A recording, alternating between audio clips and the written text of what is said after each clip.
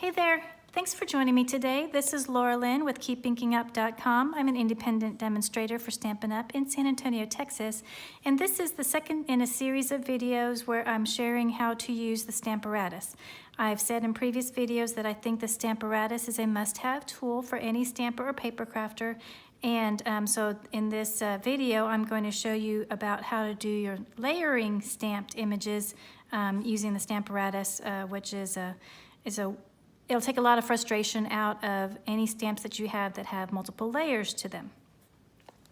So in this example, I'm going to be using the baby bear image. When I grew up, I used to collect teddy bears. I still have quite a bit of my collection. I just love teddy bears. So when I saw this stamp set a couple of years ago when it was brand new, I just had to have it. But it can be a little intimidating with these 3 layers to get them lined up precisely where you want them. You can do it with acrylic blocks, don't get me wrong, but the Stamparatus really helps.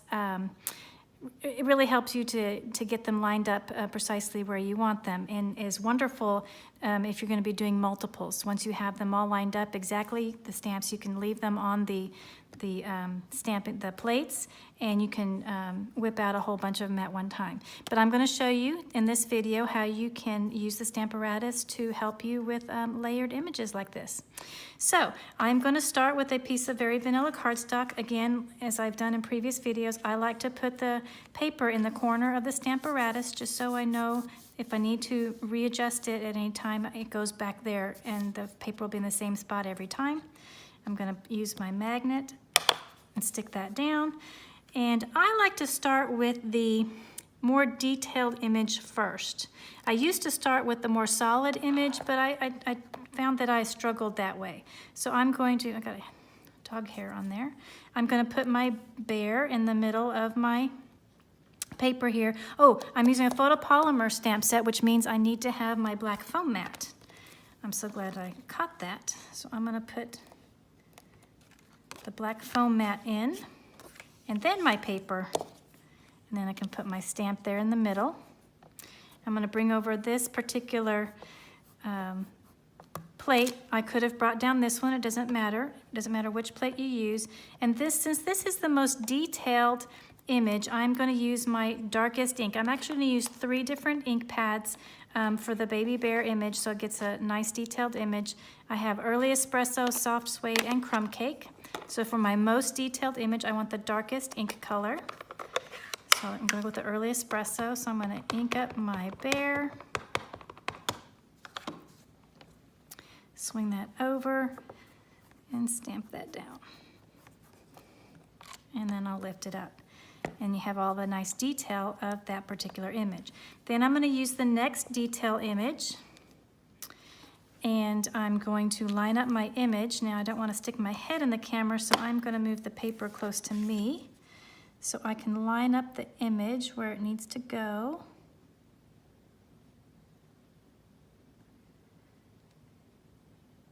And I think that looks pretty good. I'm going to carefully slide that up there, put my paper or my magnet back down. I'm going to flip this particular plate over, and then I'll pick up this image on this side. I'll close up this ink, and the next color I'm going to use is my soft suede. I want to make sure that that is right. So now I'm going to ink up the next detail image, soft suede, and stamp that down.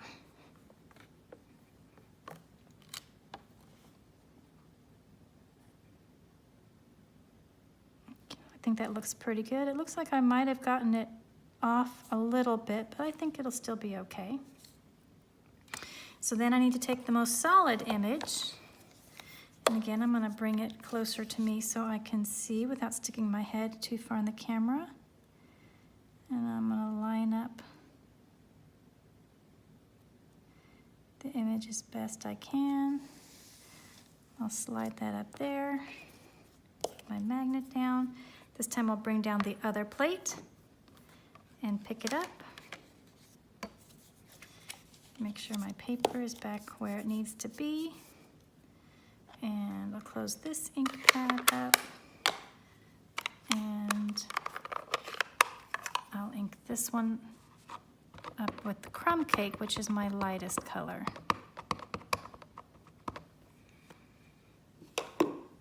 And I'll stamp that down.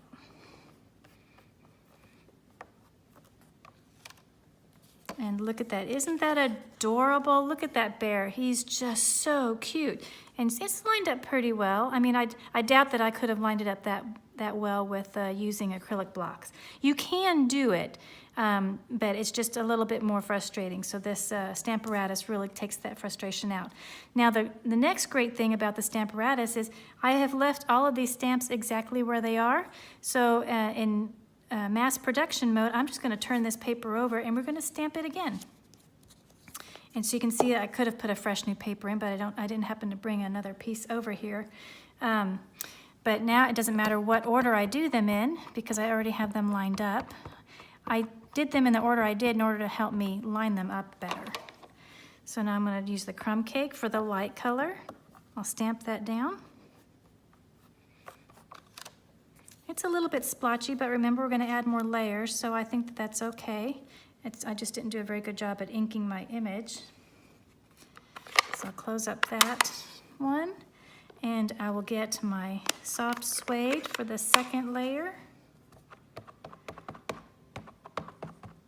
Ink that up again. Stamp that one down.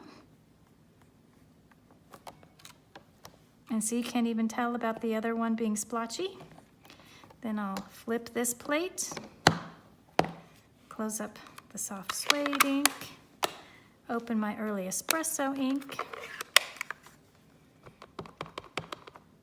and ink up the final detailed image. And stamp that one down.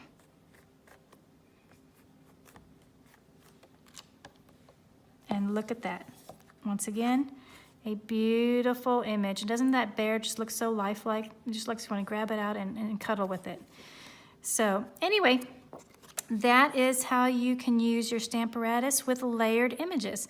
So don't be afraid of those images, those stamp sets that have multiple layers to them, because now with the Stamparatus you can line them up perfectly and get a wonderful final image using all of those beautiful layers.